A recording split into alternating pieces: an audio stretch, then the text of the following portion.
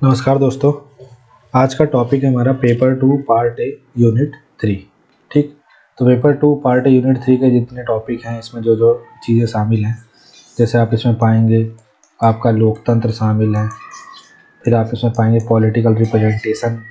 ठीक, इसके साथ ही इसमें विचारक शामिल हैं। तो ये तमाम जो इसमें टॉपिक हैं वो हम क्वेश्चन आंसर फॉर्मेट में देखते हैं। तो सबसे पहले है डेमोक्रेसी। तो डेमोक्रेसी क्या है? अगर आप उसकी एक तो अब्राहम लिंकन की जो सबसे फेमस परिभाषा जो उन्होंने बहुत अच्छी दे दी, जिसमें उन्होंने बोला कि भाई be the people by the people for the people. जनता का जनता के लिए जनता के द्वारा शासन ही लोकतंत्र है। लेकिन इसके अलावा भी अगर हम कोई देखना चाहें तो एक प्रकार की सरकार जिसमें सत्ता लोगों के पास होती है, नागरिक या तो सीधे निर्णय लेने में भाग लेते हैं या अपनी ओर से शासन करने के लिए प्रतिनिधियों का चुनाव करते हैं। यह सही व्यक्तियों के लिए समानता, स्वतंत्रता और न्याय सुनिश्चित करता है। ये लोकतंत्र की परिभाषा है।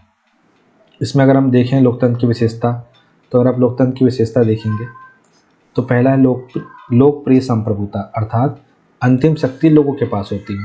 जैसे आप अपने प्रस्तावना में देखेंगे तो उसका स्टार्टिंग ही पॉइंट क्या लिखा है? We the people of India, मतलब हम भारत के लोग। तो अंतिम शक्ति लोगों के पास होती है जो अपने प्रतिनिधियों का चुनाव करते हैं, जैसे भारतीय आम चुनाव। ठीक, इसमें जो आम चुनाव होता है उसमें अपने प्रतिनिधि को चुनते हैं। राजनीतिक समानता, प्रत्येक नागरिक को वोट देने, चुनाव लड़ने, शासन में भाग लेने के समान अधिकार प्राप्त है।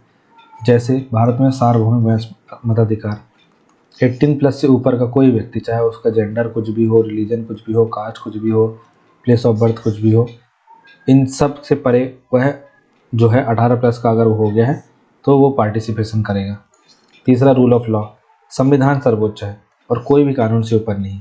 न्यायपालिका शक्तिशाली नेताओं को जवाबदेह ठहराती है। ठीक, इसमें देखिए अगला है हमारा अल्पसंख्यकों के अधिकारों के साथ बहुमत का शासन। जबकि बहुमत का निर्णय प्रबल होता है, अल्पसंख्यकों के अधिकारों की रक्षा की जाती है। जैसे भारत में भाषाई और धार्मिक अल्पसंख्यकों की सुरक्षा 29 और 30 जो आर्टिकल है ये इसकी बात करता है। फिर आप देखें स्वतंत्र और निष्पक्ष चुनाव होता है। मतदाता की पसंद सुनिश्चित करने के लिए चुनाव निष्पक्ष रूप से आयोजित किए जाते हैं। भारत में चुनाव आयोग द्वारा चुनाव आयोजित करना, ठीक है, ये ऐसा होता है, ये स्वतंत्र संस्था है। ये इसका मतलब ये चुनाव की डेट घोषित करेगी, कितने चरण में होगा सब निर्धारित करेगी। ये अलग स्वतंत्र संस्था जो सब काम करती है। फिर मौलिक अधिकार और स्वतंत्रता, नागरिकों को व्यक्तिगत स्वतंत्रता सुनिश्चित करते हुए भाषण, अभिव्यक्ति, धर्म आदि की स्वतंत्रता प्राप्त है। फिर सत्ता का विकेंद्रीकरण, जमीनी स्तर पर लोकतंत्र को मजबूत करने के लिए सत्ता को केंद्र, राज्य और स्थानीय निकायों में वितरित किया जाता है, जैसे पंचायती राज प्रणाली। इसके बाद स्वतंत्र न्यायपालिका कानूनों का पालन सुनिश्चित करने, न्याय बनाए रखने के लिए एक प्रहरी के रूप में कार्य करती है। इसके साथ ही अगर आप देखेंगे कि सक्रिय नागरिक समाज मतलब कि दबाव समूह होते हैं। दबाव समूह क्या काम करते हैं कि ये सरकार के ऊपर, ठीक है, सरकार के ऊपर दबाव बनाते हैं कि भाई जवाबदेही सुनिश्चित करने के लिए। तो दबाव समूह हो गया, मीडिया हो गई, सामाजिक संगठन हो गए, ये सब क्या करते हैं? जैसे इंडिया अगेंस्ट करप्शन आंदोलन, ये सब क्या है? जो सरकार जो करप्शन के द्वारा कोई करप्शन हुआ तो उसकी आवाज़ उठाते हैं। पारदर्शिता और जवाबदेही, लोकतांत्रिक सरकारें लोगों के प्रति जवाबदेह होती हैं जो शासन में पारदर्शिता सुनिश्चित करती है, जैसे सूचना का अधिकार अधिनियम, आरटी एक्ट 2005। तो ये लोकतंत्र की विशेषताएं हैं, ठीक, जिसमें जनता के द्वारा जनता के लिए शासन होता है, स्वतंत्र और निष्पक्ष चुनाव होता है, ठीक है, सत्ता का विकेंद्रीकरण रहता है, स्वतंत्र न्यायपालिका रहती है, सक्रिय नागरिक समाज होता है जवाबदेही सुनिश्चित करने के लिए, लोकप्रिय संप्रभुता होती है, जनता जो होती है वो उसके पास शक्ति रहती है, पॉलिटिकल इक्वालिटी रहती है, प्रत्येक नागरिक को वोट देने का अधिकार रहता है, रूल ऑफ लॉ होता है। इसके बाद अगर हम कुछ देखें कि डेमोक्रेसी से कुछ मुद्दे अटैच हैं क्या, ठीक है, तो जैसे डेमोक्रेसी के कुछ मुद्दे अटैच हैं। कौन से मुद्दे हैं? चुनावी कदाचार, माल प्रैक्टिसेस, जैसे धन बल, बाहुबल, फर्जी मतदान, इन सब का उपयोग लोकतांत्रिक प्रक्रिया और चुनावों की निष्पक्षता को कमज़ोर करता है। अगर आपने कभी लेट्स सपोज जो नगर निगम होते हैं उनमें तो चलिए 85 वार्ड तक पहुंच जाती है, लेकिन अगर जो नगर पालिका या परिषद होती हैं उनमें आप देखें तो 15 वार्ड होते हैं। तो एक सामान्य से भी ना अगर आपको मुश्किल से 10-20 हज़ार के अंदर की भी कोई नगर पालिका परिषद है, इन जगहों पे अगर आपको एक पार्षद को चुनाव लड़ना है तो आप यकीन मानिए 1 करोड़ रुपए सबसे मिनिमम अमाउंट बता रहा हूँ मैं चुनाव के लिए। अब ये क्यों लगता है? अब आप जानते हैं क्यों लगता है। राजनीति का प्राधिकरण, आपराधिक पृष्ठभूमि वाले निर्वाचित प्रतिनिधियों की बढ़ती संख्या लोकतांत्रिक नैतिकता और जनता के विश्वास को कमज़ोर करती है ना। इससे क्या हो रहा है कि जो पॉलिटिक्स है उसमें क्या हो रहा है, आपराधिक लोग घुस रहे हैं। अगर आप इसके बारे में देखें कि माफ़ कीजिएगा,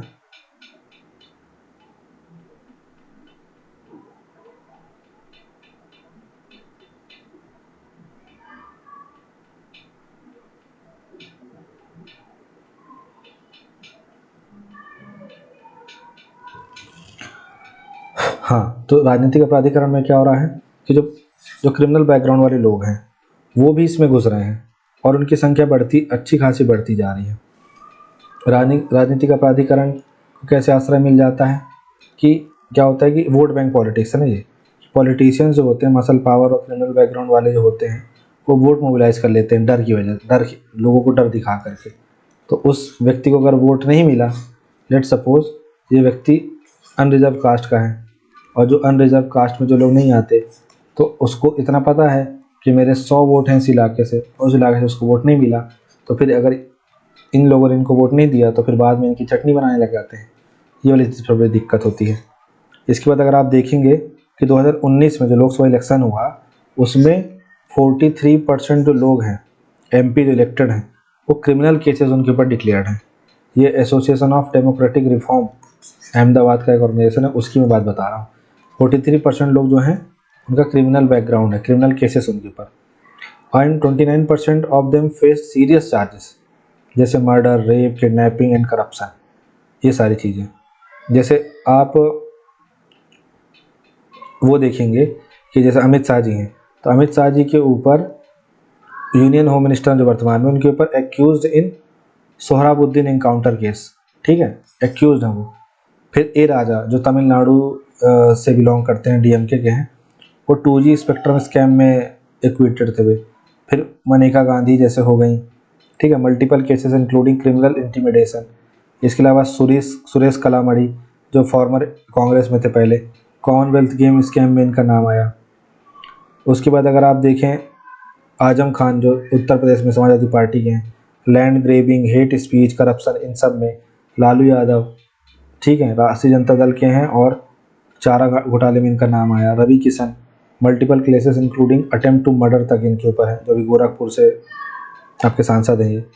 प्रज्ञा सिंह ठाकुर जो अब तो नहीं है लेकिन मालेगांव ब्लास्ट केस में एक्यूज है ये। वहीं आप देखिए संजय राउत जो शिवसेना के हैं, वो मनी लॉन्ड्रिंग इन सब वाले केस में ईडी के अंदर ट्रायल में है। तो आप अगर देखेंगे कि ढेर सारे ऐसे लोग हैं, फेमस लोग। फिर मतदाता उदासीनता, जब इंसान देखता है कि अरे करप्ट लोगों को ही वोट देना है, ये आदमी खड़ा हो गया, जैसे लेट सपोज ABCD ये 4 लोग खड़े हो गए। अब इन 4 लोगों में सब के सब करप्ट हैं, लेकिन इंसान के पास क्या समस्या है कि उसको कम खराब इंसान को चुनना है। तो ये मतदाता उदासीनता हो जाती है, इससे कम मतदान होता है, विशेष रूप से शहरी और शिक्षित आबादी के बीच में। क्योंकि जो शहरी लोग हैं इनको थोड़ी ना कोई ब्लैक डॉग या फिर ब्लेंडर्स फ्राइडे वैलेंटाइन देने आ रहा है, ये तो पी भी नहीं रहे हैं, ठीक है। अब वो तो बांट रहे हैं, देसी बांट रहे हैं। और फिर जो शिक्षित आबादी है उनको ये सबसे फर्क नहीं पड़ता है। तो इससे क्या होता है ना कि मतदाता की उदासीनता बढ़ती है। मीडिया पूर्वाग्रह और फर्जी खबरें, मीडिया की हेर फेर की गई कहानियाँ, गलत सूचनाओं का प्रसार जनता की राय को प्रभावित करती है और लोकतांत्रिक बहस को विकृत करता है। अगला, संस्थाओं का कमज़ोर होना। चुनाव आयोग या न्यायपालिका जैसे संवैधानिक निकायों के कामकाज में हस्तक्षेप शक्ति संतुलन को नुकसान पहुंचा सकता है, ठीक है। इसके अलावा आप देखें, जैसे एक इसका एग्जांपल देता हूँ मैं आपको, कौन सा, चुनाव आयोग वाला। चुनाव आयोग या न्यायपालिका जैसे संवैधानिक निकायों के कामकाज में हस्तक्षेप। अब जैसे चुनाव आयोग है, इसमें क्या किया गया है कि भाई 3 सदस्यीय जो लोग होंगे वो मिलकर बैठक करेंगे और फिर राष्ट्रपति को सूची देंगे और राष्ट्रपति जो है फिर चुनाव आयोग की नियुक्ति करेगा। अब इन 3 लोगों में कौन होगा? प्राइम मिनिस्टर होगा, एक कैबिनेट मिनिस्टर होगा जिसको प्राइम मिनिस्टर अपॉइंट करेगा, और लीडर ऑफ अपोजिशन होगा।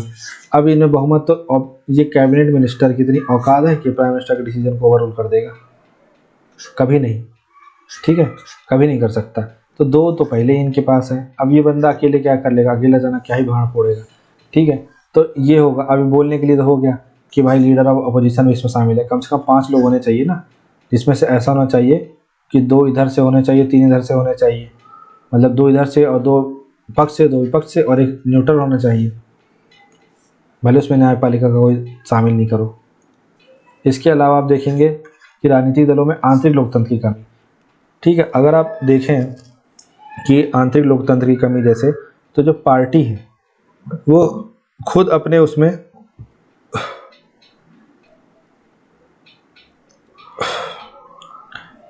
क्या कर रही है कि उनमें पारदर्शिता नहीं है, उनमें लोकतांत्रिक कामकाज की कमी है। जैसे भाई हम बोल रहे हैं 33% हमको रिजर्वेशन देना पड़ रहा है वुमेन्स को।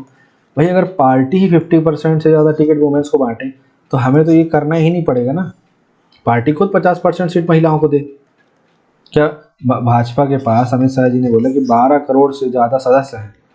उस दिन अभी लोकसभा में जब इन्होंने बोला, अखिलेश यादव ने बोला कि भाई इतनी बड़ी नेशनल पार्टी है भारतीय जनता पार्टी, और उसके पास अभी अध्यक्ष नहीं है, ठीक।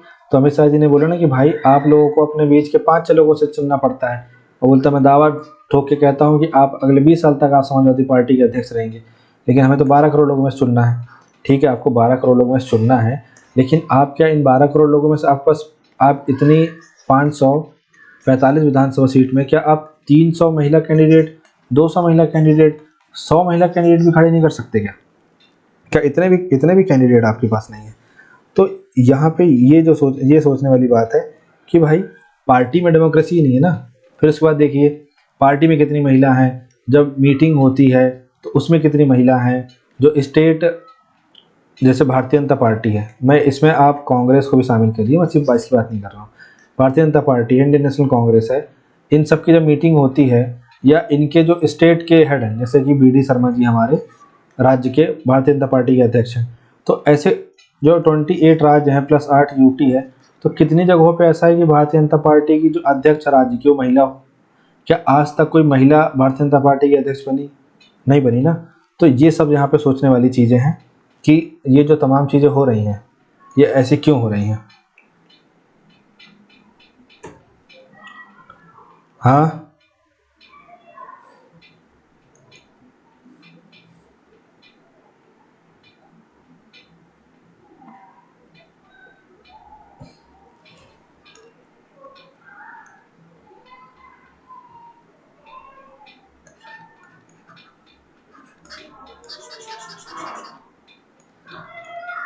बस 5 मिनट आ रहा हूँ। इसके बाद आप देखिए जाति, धर्म और पहचान की राजनीति। वोट बैंक की राजनीति के लिए विभाजनकारी रणनीति का उपयोग लोकतंत्र की समावेशी भावना को नुकसान पहुंचाता है, ठीक है। कास्टिज्म फैलाना, कम्युनलिज्म फैलाना, कि पहचान की राजनीति, मतलब अब एक पार्टी में जैसे कांग्रेस है, राहुल गांधी चेहरा, मल्लिकार्जुन खड़गे जो है भले अध्यक्ष है कांग्रेस के, पर कौन उनको सुनना चाह रहा है भाई? अच्छे से हिंदी बोल नहीं पाते, ठीक है। इंग्लिश बोलेंगे तो जो हिंदी बेल्ट वाले वो सुन नहीं पाएंगे, तमिल बोलेंगे तो नॉन हिंदी वाले सुन नहीं पाएंगे, तो चलेगा कैसे? मतलब हिंदी वाले सुन नहीं पाएंगे। तो ये एक सब समस्या है। तो एक पार्टी का एक चेहरा बना हुआ है, सपा अखिलेश यादव, ठीक है, बसपा मायावती, ठीक है, भाजपा मोदी जी, कांग्रेस राहुल गांधी, ठीक है। तो इस तरीके से चेहरा बना हुआ है, तो ऐसे में कैसे काम चलेगा? इसके बाद अगर आप देखें अभिव्यक्ति की स्वतंत्रता और असहमति खतरे में, कानूनी या गैर कानूनी तरीके से सरकार की आलोचना करने वाली आवाज़ों को दबाना लोकतांत्रिक अधिकारों को खतरे में डालता है। भाई कोई इंडस्ट्रियलिस्ट है, उसे कोई मीडिया क्यों खरीदना है भाई? उसे कोई मीडिया चैनल में क्यों काम करना है, क्यों हिस्सेदारी लेनी है उसमें? तो मैं कहता हूँ भले कोई एक बंदा है वो फुल तरीके से सरकार को अपोज करता है, अगर 10 चैनल मिलके सरकार के गुण गाते हैं और एक चैनल सरकार गुण नहीं गा रहा, तो दोनों में देखो बैलेंस हो जाएगा ना, उसको हटाने की क्या जरूरत है?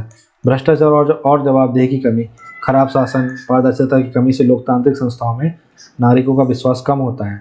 फिर इकोनॉमिकल इनइक्वालिटी, बढ़ती आर्थिक असमानता का मतलब है कि गरीबों के पास संसाधनों और निर्णय लेने की क्षमता कम है, जिससे लोकतांत्रिक भागीदारी में असंतुलन पैदा होता है। सिंपल सी बात है, एक व्यक्ति है जिसके पास रोटी कपड़ा मकान तक नहीं है, उसको जो इंसान क्या दे देगा, दारू दे देगा, थोड़ा बहुत पैसे दे देगा, उसको उसी को वोट दे देना है। कच्ची दारू कच्चा वोट, पक्की दारू, है ना, कच्ची दारू कच्चा वोट और मुर्गा दारू खुला सपोर्ट। तो इस टाइप वाला तो सिस्टम चलता है हमारे यहाँ। तो ये सब हमने देखा लोकतंत्र के विषय में। अब अगला हमारा टॉपिक जो होगा वो पॉलिटिकल रिप्रेजेंटेशन होगा, जिसको हम नेक्स्ट वीडियो में देखेंगे। तो thank you so much for watching this video. Have a nice day.